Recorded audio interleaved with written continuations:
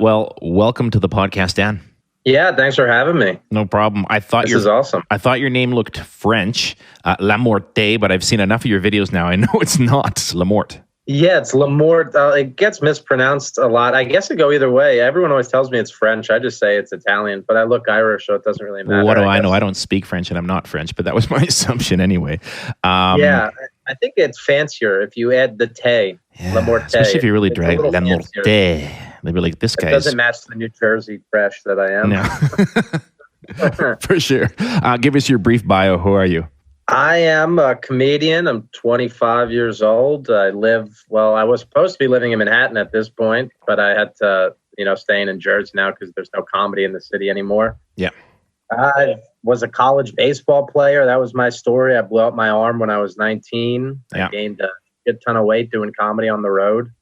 And then I've been taking it off by getting stoned and running. Getting stoned is helping you take weight off. That's good. Yeah, a lot of people are shocked at that because they have the munchies. But I've been using it as like the boost to my, workout world. Yeah. Well, you mentioned it briefly. So you're in Brooklyn right now, you said, or New Jersey? I'm actually in New Jersey right now, down the shore. My girlfriend lives in Astoria, Queens. So a lot of the time, like half the week, I'm in Astoria. But if not, I'm in Jersey. So give me the Coles Notes version. What is your COVID story? My Corona story? There you go. Oh, boy. So I would say the biggest story of all, I've had it. I know that. I've had the virus, which is one thing. I never really talked about it on social media. I've never put it on Twitter or anything. Wow. But me and my girlfriend both had it. She had it much worse than I did. I only had the not being able to smell and taste for a few weeks. But she was in the hospital at one point. But I was also in the hospital at a point during the coronavirus because I gave her a piggyback ride when we were quarantining together. And she was coming down the stairs. I was at the bottom of the stairs, and I was like, jump on my back. Let's do a piggyback ride. That'll be cute. Why not? We were stoned, playing around. And she got on my back, and I take a few steps. We're in the house, and she starts to slide down. I was like, what, do you not know how to piggyback? So I try to, throw her up, and I hike her so high that she tips us forward. Yeah. And so I start falling face first with her on me, and I'm nervous that if I push her off and block my head, that she'll get hurt. So I just made the decision to eat the concrete floor. And I got a 6 centimeter cut across this. So she's freaks out. She's like, are you okay? Are you okay? And I'm like, yeah, babe, because I'm trying to be good for her. I'm like, nothing's wrong. It's not bleeding. No worries. So she comes over to my side and I'm on the floor and I lift my head up. Yeah. And I guess not only did she see the cut, but lifting the head up shot the blood to the head. And it started squirting out of the head. Well, so we didn't know what to do. We didn't know if we had to go to the hospital because Corona was going on. So we went to an urgent care in New Jersey, right around the corner. And my arms are covered in blood because the head has a lot of blood. My head is dripped. I'm just holding a rag. My head is split open. And I walk into the urgent care and the woman just looks at me and goes, go to the hospital. She goes, not here. We don't want to fuck with that shit. Yeah. Yeah, she sent me right to the hospital. I got 10 stitches in my face. It ended up healing pretty nice, but it's left a pretty wicked scar. Come a little closer. There we go. Oh, yeah, man. Okay, it's good, though. You know what? I saw your tweets a while back, so I saw it maybe a day or two after it happened, and it was pretty nasty. Yeah, I posted on Instagram the actual picture of the cut, and it was wide. Maybe it was Insta, yeah. So are you making a routine out of this story now? Is this I guess, I've told the story once to some local theater program in Philly was looking for COVID stories. So I sold them the story, but it's still my property. So I will take it to stage whenever that comes back. Yeah. And it's funny because the most ironic thing is my girlfriend keeps telling me, she's like, yeah, but at least the scar is manly. I'm like, but do you remember how I got it in the least manly way possible? Yeah, it's one thing to have a bit of a scar on your eyebrow, but you don't want it to heal all fucked up, right? You just do want to look semi-normal. It started to heal too good, and I got worried. I was like, well, you want a little something. You don't want to go through the pain to not have, because that's the best place to get a scar is the eyebrow. People love that looking scar. I guess. And you get hair that grows over. It's not horrible. Yeah.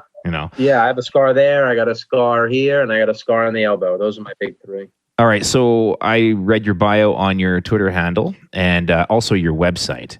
One thing that you seem to mention a lot, gluten-free. Yes. You mentioned weed. Yes. And, of course, stand-up. Stand-up, yeah. Those are my 3, because I was diagnosed. I was told to stop eating gluten, I should say, 2 years ago. About a year and a half ago, I was told that I might have celiac disease and to give it up. I was really heavy and my liver was showing some weird signs. And I decided to make the changes, and it was incredible. It was like my body felt so much better. So I just kept living that gluten-free life. I was never 100% diagnosed celiac, but I was told that I might have it, and to see if the improvements helped. And once it improved, I kind of just kept going off that. But honestly, truthfully, weed helps that because gluten-free food doesn't taste great. Yeah, I think gluten's one of those things you have to wean yourself off of. And then once you do, you start to realize, fuck, man, this feels actually pretty good. Because we're so used to eating bread and whatever else. And you could trick yourself that it tastes better, like the big one's cauliflower pizza now. And I got my girlfriend to start eating it for like a month straight when we were quarantined in Jersey. She just ate cauliflower pizza. She's like, this shit's good. And then she went back to New York and had a slice of regular pizza and was like, I was so wrong. I wish I had Stockholm. She was like, I had Stockholm syndrome. But it's not. You can't put pizza in that equation, right? I mean, maybe bread or something else, but pizza, come on, man. You're right. Especially if you're in New York, get out of here. Yeah, and when the crust is made from bread, I mean, my pizza, the crust is made from a vegetable. It's a huge disadvantage. Yeah, I guess it has to be a guilty pleasure. Gluten-free bread's not good. Like, that's one of my big jokes on stage. I say gluten-free bread tastes like what step-parents feel like. That is the truth. You're like, hey, it's not a gluten-free bagel. It's dad. But it is what it is. Or the other way around. It's been so long, I can't even tell jokes anymore. Well, yeah, I'm going to get to that in a second. You're 25, and you've been headlining and touring now for how long? Like, since you're about 20? Yeah, about 20. I started comedy when I was a teenager. I started going on the road probably when I was 19 or 20. I was always a big believer. A lot of guys in New York, I mean, I put in my time in New York. I'm past at the big clubs there. I headline the clubs there. But I was always big on going out, even when I didn't have a fan base. And I don't have a large one to this point, but just going out and seeing the people who want to see you. I was always big on that. And the road was a great place to do that. I would pack up cars when I was 19, 20, just start driving around the country. I get fascinated now hearing from and talking to comedians. And I think that's part and parcel because of all my Joe Rogan listening. And you probably get tired of people bringing up Joe Rogan because you're a comedian. But I've really learned in the last, 3-4 years, the ins and outs of the life of comedy and comedians and the camaraderie and what it takes to do it and the grind. And it's kind of fascinating, actually, because, I mean, you're not fucking around. If you want to be a comedian, it's a lot of work. Yeah, it's a very special type of insanity, I think, to put yourself through what you go through. I mean, just coming up in New York, say like when you do make the transition to finally going to the big city, there's a good chance you're going to be a barker, which means you stand in front of a venue and try to tell people to come in to see the show. Yeah. Then if you get a certain amount of people in, you get stage time. I barked for years. I sold tickets in Times Square next to like the characters in costume. I would have a lanyard on trying to sell comedy tickets. And then if I sold a few tickets, I'd get 5 minutes at a club that night. Oh. Well, there was a period of time. That kind of thing wouldn't mean anything to me if I hadn't heard so many other comedian stories. And, and like you always hear about this comedy store, and I'd love to go there one day, but people working the door, people selling tickets, people emceeing even. Yeah, just getting everybody to contribute and get a little bit of stage time.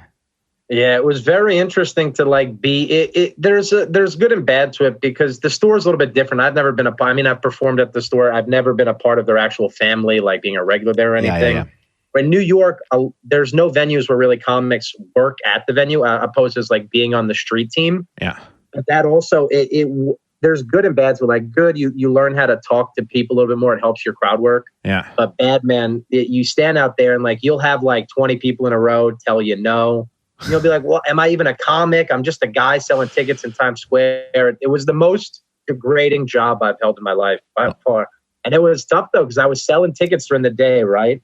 And then I was barking at night. So I would sell tickets from 7 in the morning to about 6:30, 7 at night. Oh, my God. I'd go to the New York Comedy Club. They'd give me 5 minutes for selling those tickets, sometimes 10 minutes. Then I'd go to a venue called the Lantern Comedy Club. That's what it's now called. It used to be the Village Lantern. Yeah. And I would bark for 2 shows there at 11 o'clock and like 12:30, 1 o'clock in the morning. And since I lived in Jersey, I didn't make sense to go all the way home. So I would sleep in the storage room of my dad's deli in Lower Manhattan. I'd put a blanket on top of a washing and drying machine, and I would sleep on top of that. And like that is the sad thing about the coronavirus is I was supposed to move in to that building where I was sleeping on the washing and drying machine on May 15th. I had an apartment. I was finally getting one in this building. Like the full circle. You know, you go from sleeping there in the storage room to owning an apartment there. Yeah. But Corona really had a different idea for what comedy was going to be. Do you ever feel like people don't get it? Like, obviously, there's a passion there. It's in your blood. You ever tell people this kind of stuff, and they're like, "You're fucking nuts, man"? Or I do, and then I get it when they think I'm nuts because it's like David Goggins is one of my favorite people. You know, he's one of the big guys on Rogan, and that's actually my current goal. You know, is to lose 150 pounds. I did. Now I want to run an ultra marathon. So I've been obsessed with that lately. I talked to a nutritionist today, getting the diet right. And Goggins always talks about people look at him like he's crazy when he talks about what he loves. And it's because they just never found their passion. Yeah. And that's easy to tell. Like when I talk to someone who's never done comedy but is passionate about something, they talk the same way. They don't think you're crazy. Yeah. It's the people who never actually found what they love to do that look at you like you're insane. Yeah, that's a good point. David Goggins is a little bit insane, though. I don't care what you say. I don't care. I don't understand how he says that he's not insane. He likes to think it's just a human, possibly. Every human could do what he does. That's not accurate.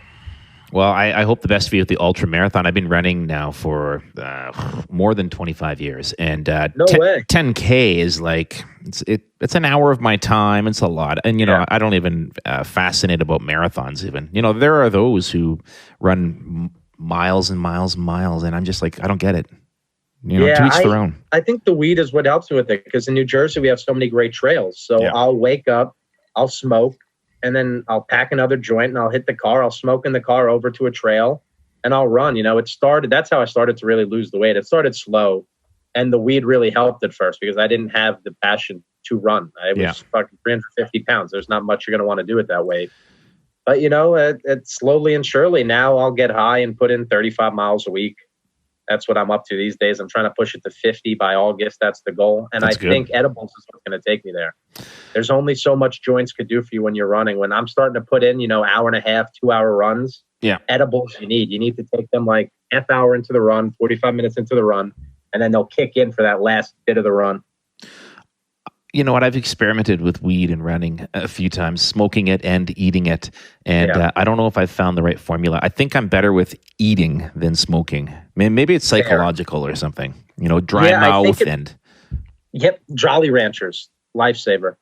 While you're running? Jolly Ranchers when I run. Yeah. It's a big runner's trick for like long runs because it's sugar, so it keeps you going and it helps the dry mouth. Because that is my big... When I run sober, I don't have the dry mouth issues that I do when I'm stoned. Yeah. Okay, let's get to comedy here. Since this is what you do, right? So there's no gigs right now, obviously. Do you have anything at least like potentially down the road that you might go to should everything normalize? The most I have right now is just reaching out to venues that I usually tour to and being like, hey, I'm interested in coming back when you guys are open again. Yeah. And this is, however you see fit.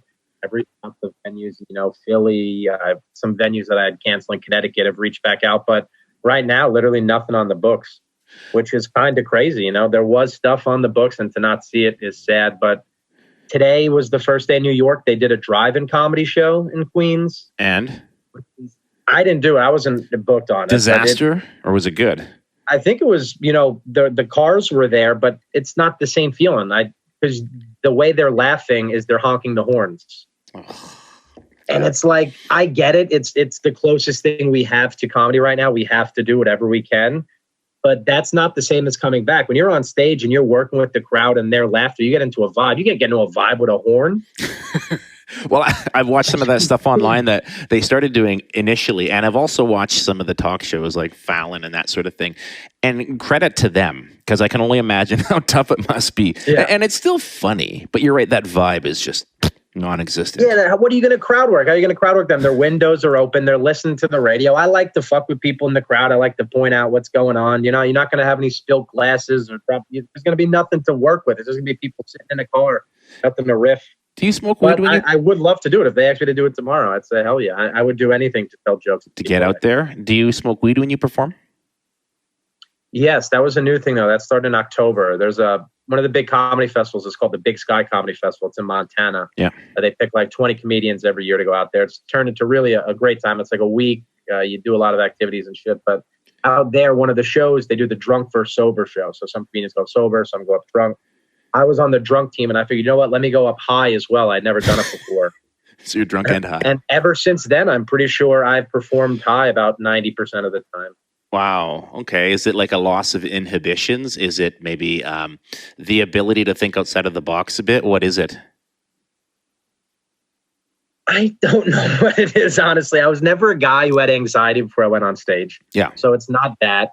I think there is a level of comfortability that it gives me. I mean, I already felt like I was pretty comfortable up there, but it does put me into a very relaxed mindset. It helps the crowd work a bit because instead of feeling like I'm talking to an audience member, kind of feels like you're talking to someone on a couch maybe, because you have that stoned, relaxed feel. You're a little less.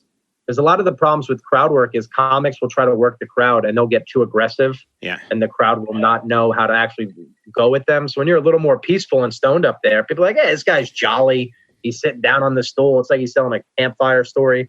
Yeah. Well, so the weed helps with that. If it's a big show, I will be honest, I do tend to go up sober. Well, it's your job. Yeah, and that's the hardest part of it is because at the end of the day, it's your job. It feels weird to be getting paid to be stoned somewhere. Mm-hmm. But at some point, it's like if it's a show where I'm on the road and I know I draw and it's people who come out to see Dan Lamorte, it's almost like part of them are expecting to see me a little stoned up there. Yeah. So it's like this weird thing. Where do you go with it? And sometimes I go up sober. Sometimes I remember one time I was on the road in Buffalo, New York. And I ate a whole chocolate bar from a dispensary. I mean, I'll regularly eat anywhere from 100 to 300 milligrams edible. This was an 100 milligram bar. I ate it before going on stage. Yeah. Just because why not? We were in Buffalo. It was a light turnout. And it was like one of these crappy old venues. They had a fan, like one of those big fucking stand-up fans on stage. And by 40 minutes into the set, there's just a video of me hunched over the fan with my face in front of it, just letting it blow on me. Like it was a meltdown. You know, there are times where the edible is not good on stage. Would you say if you're doing more than one set in an evening, you tend to do the first one more sober? Is that kind of the pattern? And then you have a few drinks in between, or you smoke a joint. And by the end of the night, let's say you're lucky enough to do 3, you'd probably be a little loosened. Yeah, New York is, usually 3s, regular night. New York's not a rare place to get 3 to 7 sets in a night. So they'll just move people in and out by an hour or two. And there's so many different clubs. You could go from doing a club that has 200 people in it to a bar show that has 20 people in a grimy basement. And the bar show might be just as fun. That's the beautiful thing in New York. There's shows in barber shops, business offices. The people are doing comedy anywhere now, which I think will be a huge help moving forward. Because backyard comedy shows are already thing. I'm already talking in New Jersey about starting a backyard comedy show this summer. People are already doing comedy shows in weird venues. So I think comedy will be okay. There's a big weed show in California called the Gateway Show. Have you ever heard of it? No. It's a stand-up show. Okay. They have the comics do 7 minutes sober. Then they get off stage and they hire a 420 limo. It's in Los Angeles. So this limo picks you up. They give you moon rock joints, edibles. They make you drink 100 milligrams of lemonade. And then they have the same 4 comics go out and do another 7-minute set they try to get you the highest you've ever been. They literally give you things that I've never seen before outside of this venue. And I remember the night I did it, there was probably 180 people. And the girl before me, let me tell you, she smoked down she was the only female on the lineup, which is a problem in comedy, as we know. Yeah. She fucking hung into the end, smoked with me to the end. She goes to do her 7-minute set. You get the light at a minute. That's when you wrap up at a minute. You get off. You're supposed to get the light at 6. He's on stage. She says, "That's my time. I went over." She runs off the stage, so worried. The host runs up to her and says, "What the fuck are you doing?" He says, "You've done 30 seconds." She thought she had done like the full 7 minutes already. She wasn't even a full minute into the set before thinking she went over her time. What percentage of comedians would you say consume weed? Like, is it even fair to wager a guess? Is it weed culture pretty common backstage, that sort of thing? Yeah, I mean, a lot of cultures are popular backstage. I've learned not every comic, but a lot of comics have bad habits, and you just become okay with what I have, and one of my favorite stories, like a fun drug story to tell about comedy. It's not even a comedian. We were on tour in St. Louis, and it was a bad turnout, maybe 10 tickets sold. It was like a Tuesday. It was my first time in St. Louis. I didn't really know how to promote there. And it was this fun burlesque venue. And their green room was the entire basement floor. It was beautiful. So we walk in there and the owner's in the green room and I say, hey man, do you mind if I smoke a joint in the green room? Is that cool with you? And then he looks at me and he just takes out like a little vial of cocaine and puts it on the table of the green room and then snorts a line and goes, do whatever the fuck you want, man. Yeah. Wow. Okay. I think New York, you'll have a lot of stoner comics. It's not rare. A lot of them aren't open about it, but I know a lot of comics won't talk about it on stage and then are stoners on stage. Because there is a weird stigma about being a weed comic. And it's something I have to deal with a lot. I don't think I'm a weed comic. I just am someone who's high and does comedy. Well, you had a bit about feeding edibles to your parents, 50 milligrams each. Yeah, Your I dad love digging talking a hole about in it the on garden. stage, but like there's a stigma where you get lumped in as like a weed comic. And like Okay. for some reason it's looked at as a bad thing, but it's like, what's the difference? You know, it's like Ralphie May used to say when people would call him a fat comic. I'm not a fat comic. I'm a comic who is fat. Like I'm not a Yeah. weed comic. I'm just a comic who happens to be smoking weed. It's part of your culture, and perhaps you write about what you know, but at the same time, that's not the only thing you're about, I guess. Exactly. And it's a newer thing for me. You know, comedians talk about what's new in their life and weed isn't the most, you know, I've started smoking when I was in high school, but like everyday use only started 2 years ago after the celiac diagnosis. Okay. Do you use weed to write? Does it help you? Sometimes, yeah. There was a period of right before the quarantine happened where I was doing this thing where I was getting as high as I could off weed every night. Yeah. Right before I went to bed, and then I'd sit in bed for an hour and write. And at the start of that, I came up with the core of my new hour from my last album, like moving forward. Because every time you release an album, you try to work on a new hour of material, or at least that's what you're supposed to do. Some comics are lazy and don't do that.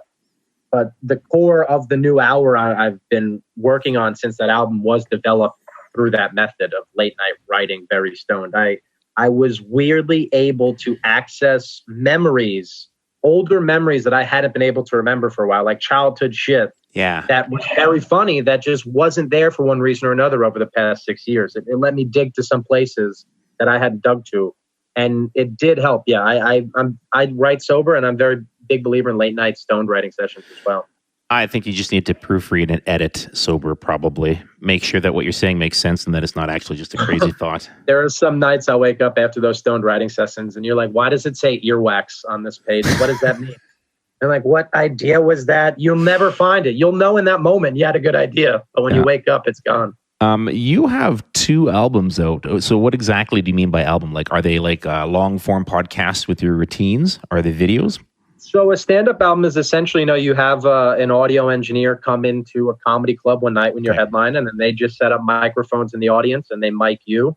And it's basically, you know, so my first album is a headline set from the New York Comedy Club when I was probably 21 years old, I think. Wow. It was a mistake. I should have never done it. It was too early to do an album. My second album, Infect Me Once, I really did enjoy, and that was from a performance recorded live at Zany's in Chicago last January. So it's like these engineers come in, and it's fun because it's an album that exists forever, but it's recorded from a moment that just happened one time. You know, that crowd work only happened on that album. You know, it was one moment. But yeah, my first album was wild. I'd never done an hour before. That's an album. And my first time ever doing an hour was the first time I recorded my first album. Dude, I used to be in Toastmasters, and doing a 5-minute speech is brutal. So I can, you know, doing an hour. Yeah. So I guess if you get bigger, these things turn into specials. It's the same concept. It's the idea. Yeah, I mean, what I say the rule of thumb is an album is audio and a special is anyone who puts video out with it. Like I recorded the last album with 3 cameras and was planning on putting it out, but I only put up some clips here and there. I don't want to put out the full thing. I think it takes a bit. Like Mark Normand recently put out a special on YouTube, and it's up to 1 million views now in like about a week and a half. And he's at a level of fame where he's not a household name, but he has enough followers to put out a special. And I didn't want to put it out yet because I like where I'm at, but there's still a lot of work to be done, like following wise to put out a video. Do you record a all lot your of money shows? goes into recording a special. Yeah, of course. Do you record all your shows?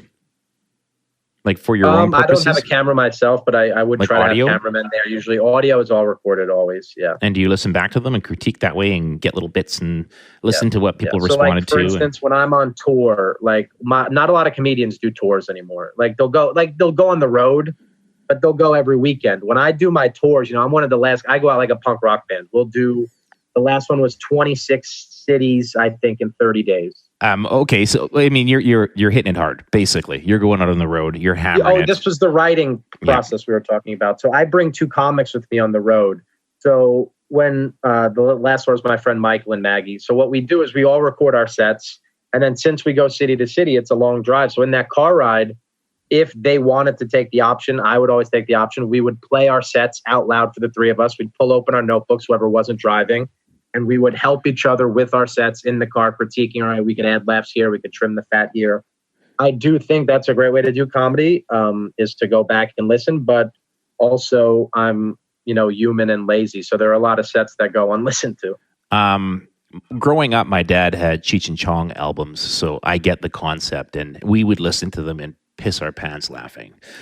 I was a kid maybe, and I still think they're hilarious, but it was even more funny because I was my cerebral cortex hadn't developed yet. So the concepts that Cheech and Chong were dishing out were just like, holy shit. Amazing. I remember walking into my dad watching the Cheech and Chong movie, and I was like, this is incredible. That was my introduction to comedy. Was I would steal my parents' comedy CDs that I found laying around, and comedy when I was really young. I always knew, because when all my friends were warming up for the baseball games when I was a college athlete, they listened to music to pump them up.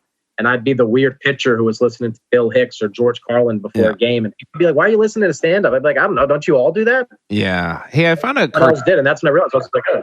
I found a cartoon of you online called Dinner Date. So they took one of your bits. So what's the story behind that? Because it's actually really well done. Yeah, that was that cartoon was really cool. I forgot the guy's name who did it. That was my first album was with a record label called On Tour Records. Yeah.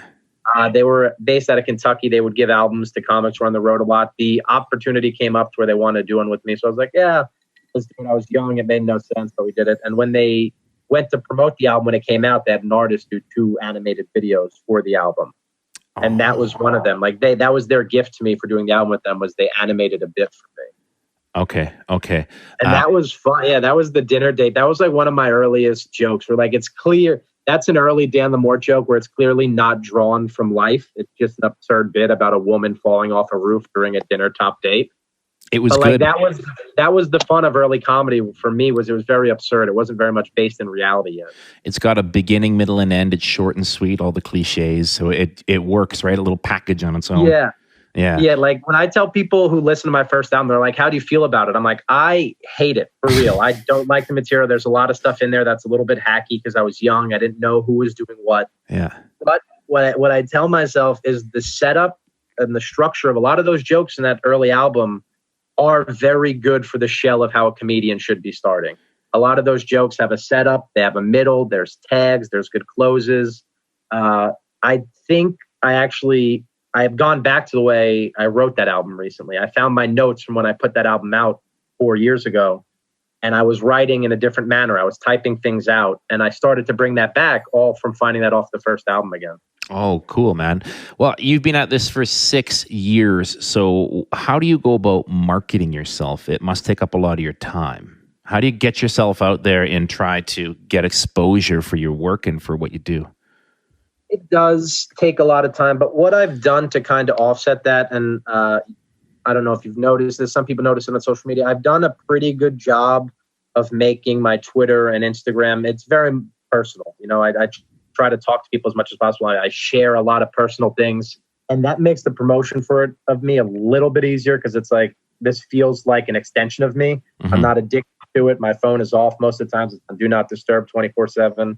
But it's very honest, it's genuine. And that's how the promotion has helped me. But yeah, promoting the tours are tough, man. It's like when you don't have a big manager and agent, which I don't, I have neither.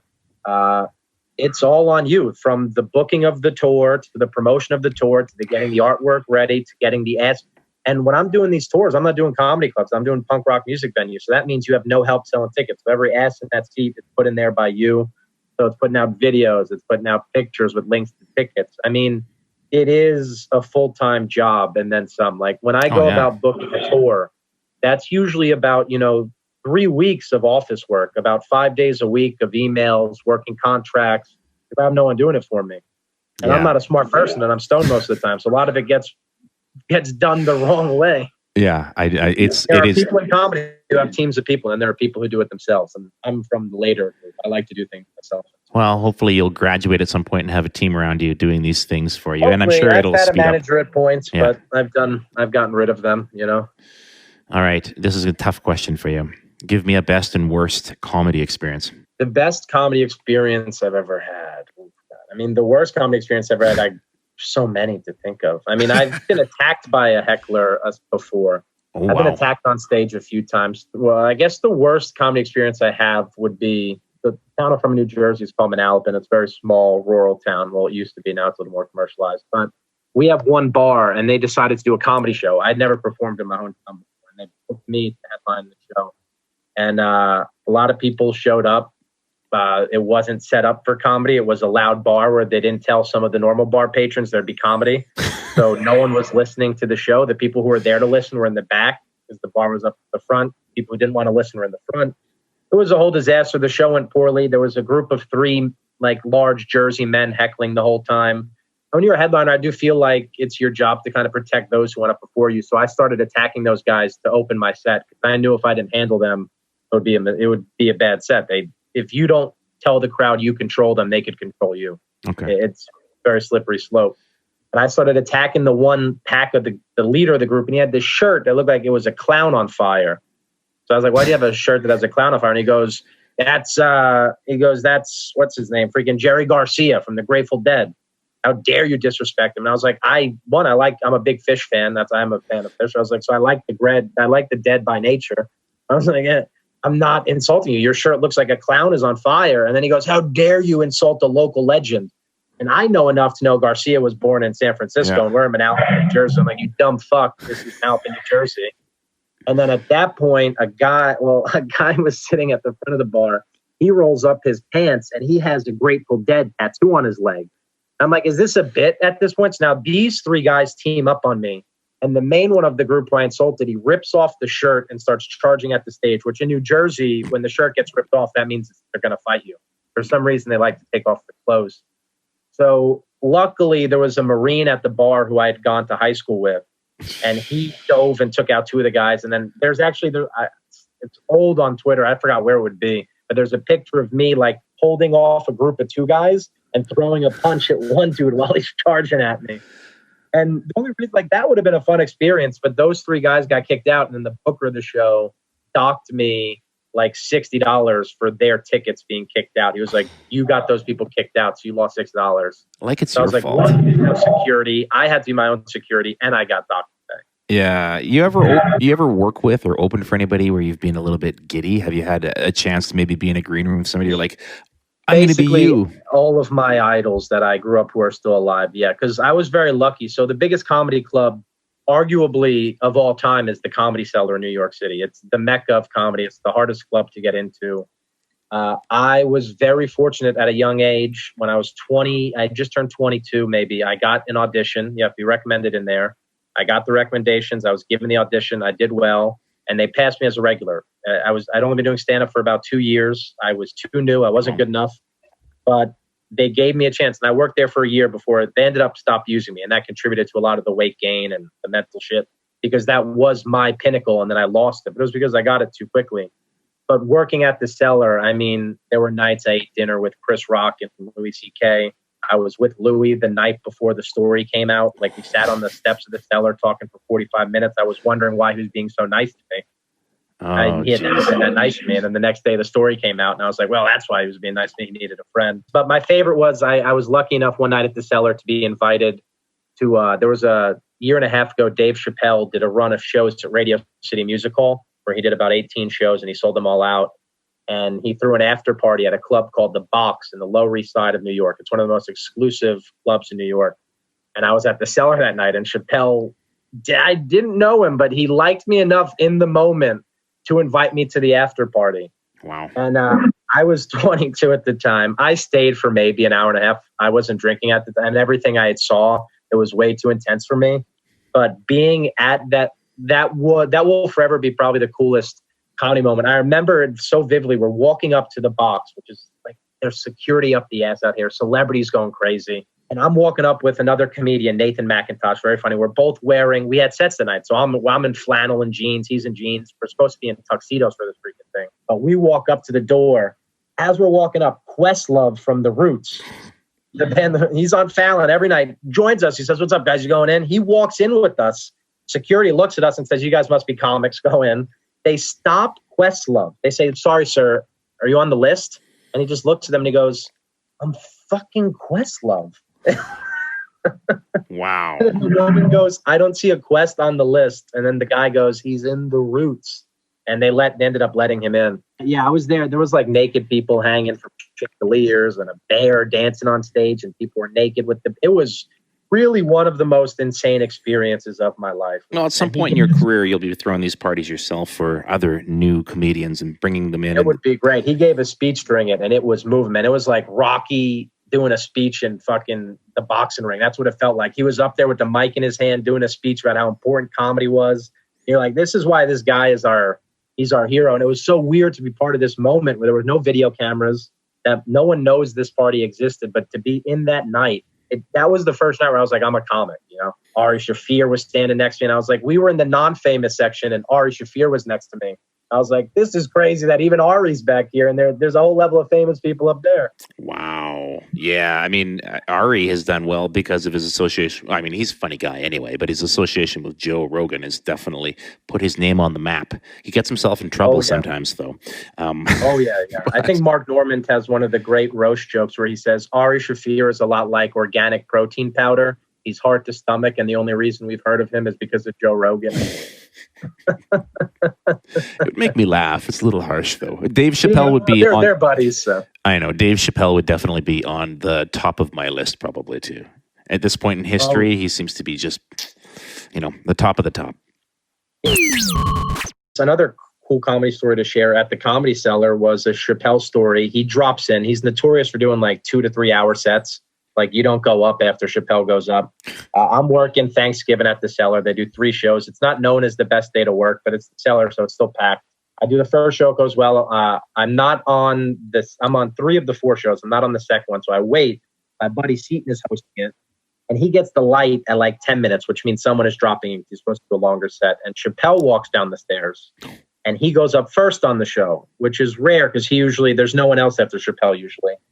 But he's only doing like 15 minutes, right? And he's murdering. And I see him starting to wrap up. It's easy to see when a comedian's getting ready to dismount. And I'm like, why is Chappelle doing so short? Mind you, it's Thanksgiving. He puts the mic in the stand and he goes, you guys are such a cool crowd. I'm throwing a party. Let's go. And he walks off the stage with the entire crowd. The show's only been going on for 30 minutes. Only one drink's been brought out at this point. He leaves the venue with the entire crowd and takes them to his hotel to a party. He says, the only reason you can't come to the party if you're a journalist. He says, if you're a journalist at the show, you can't come. Fucking rock star, man. And I think only 3 people stayed back. But I remember every other comedian being like, did he just leave with our crowd? Yeah. I'm sure everybody that works there was like, fuck this, man. Yeah, everyone. And because it was holiday pay. So you get paid more money on holidays. And since the Cellar's the best club in the world, they pay you even if your spot gets canceled. So they have to pay holiday pay to like 5 comedians, even though Chappelle didn't make a show happen. Were you able to go to the party yourself too, or not? No, none of the comedians went because I had to do other shows that night. Okay, fair. All right, give me a shopping list of the stuff you're doing right now. I know that you've got a podcast. You get together with other comedians. What's it called? In the Aisle? Yeah, it's a podcast that me and my buddy Jack Byram, we record in the middle of a deli aisle in New York City. So we were actually recording it inside an open deli. While customers were in there, we'd sit milk crates down in the aisle. We'd set up cameras and record our audio on a Zoom. And it was going well. We were really having fun with it. We had athletes, we had musicians, we had actors. We had Bobby Bacala from The Sopranos sit down in the aisle with us. So that we had on a lot of comics. We had some big interviews planned, but the coronavirus, it's not fair to the deli to have 3 people, sitting in an aisle of a food place talking. It wasn't the right look anymore. So it's being shut down for now. Are they open while you do this? So like you got customers that are kind of walking around you? Oh, yeah. When the podcast was going on, the deli was open. So like there was a lot of clips we had of customers interrupting the podcast trying to get soup, sauce, because we would sit right in front of the cans of soup because we learned that people needed soup a lot. So if we Okay. sat in front of the soup, a lot of times we would get people coming in, which was always good clips for us. Good And the cool interaction. part about the podcast is if you go to and listen to the most recent 2 episodes, I think our theme song near the end was actually made by the legendary band Bowling for Soup. Oh, really? Yeah, That's who sing the perfect. song 1985 almost. Their lead singer, Jarrett Reddick, reached out to me one day on Instagram. I had no idea who he was. He was talking to me about my weight loss and I was inspiring. And I clicked on his profile and I realized he was the lead singer of Bowling for Soup. And then we started like a little friendship and he made the theme song for the podcast. It's really great. You can actually hear his voice in it. It sounds like Bowling for Soup. When you play your clips on your YouTube channel, you also have like an intro extra. What's the deal with that song and the graphics? Oh, yeah. So those were the clips from my last album, Infect Me Once. I think there's 4 of them on YouTube. Those are all from the album. There's an opening graphic. There's a song called Soul Sucker by a band called, it's either Lead Pony or Lead Pony. Yeah. I never know. But I met them. They're not a famous band by any means, like unknown band from San Diego. I met them on tour and we were in Texas.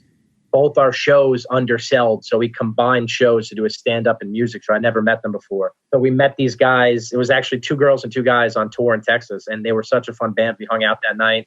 And I stayed in touch with them, and I figured when I put out projects, I like to use people who I've met along the way. Collaborate. When I'm on the road, I like to use old friends. When I use photographers, I use friends that I knew growing up. Yeah, I always try to bring up the people who I've been around. And I was like, why not use their song? And it's a fun song. It's cool. Jazzy, in that bluesy little skit, it's about 10, 15 seconds long. You pay an homage to Carrot Top. Why is that? That was like one of those weird creative decisions where like any now and then I'll watch a comedy special and it'll just have a weird opening. Yeah. Like, that was just something that I thought would be funny because that's one of the only posters hanging up in the Zany's green room. Like a lot of headshots of comics, and they have that because he recorded a special there. So they have that poster hanging up there. They have a letter from Ellen DeGeneres asking for stage time when she was like 19 or 20. And they actually have 2 of my posters hanging up in the green room, which is a huge honor. But I always thought it would be because I was a redhead. So I was like, let me just touch. Yeah. When you play baseball, walking out of the locker room, a lot of times you tap the top of the locker room because there's a saying up there. So it was like a tribute to being an athlete and being a redhead. I saw Carrot Top and I was like, let me just hit it on the way down. Okay. Well, I figured it was something about the red hair. I mean, you're not like Carrot Top red, but your beard. No, red beard, brown hair. On top. Yeah. Okay. So that's cool. Half a ginge. Carrot Top, in a very strange way, is a bit of a legend himself. You know what I mean? He's for sure a legend. I know comics who are very well respected who will go watch his show in Vegas because they really do get enjoyment out of it. Yeah, for sure. I hear it's like a well-machined act. I'm not a prop comic by any means, but I hear his props are a well-machined act. I've only ever seen him on TV, and the guy is definitely unique. That's for sure. Like you can't say he's copying anyone else. That's for sure. Carrot Top is Carrot Top. The only person he's copying is whatever other people his plastic surgeon gave that face to. All right. How do we find you online if anybody wants to look you up?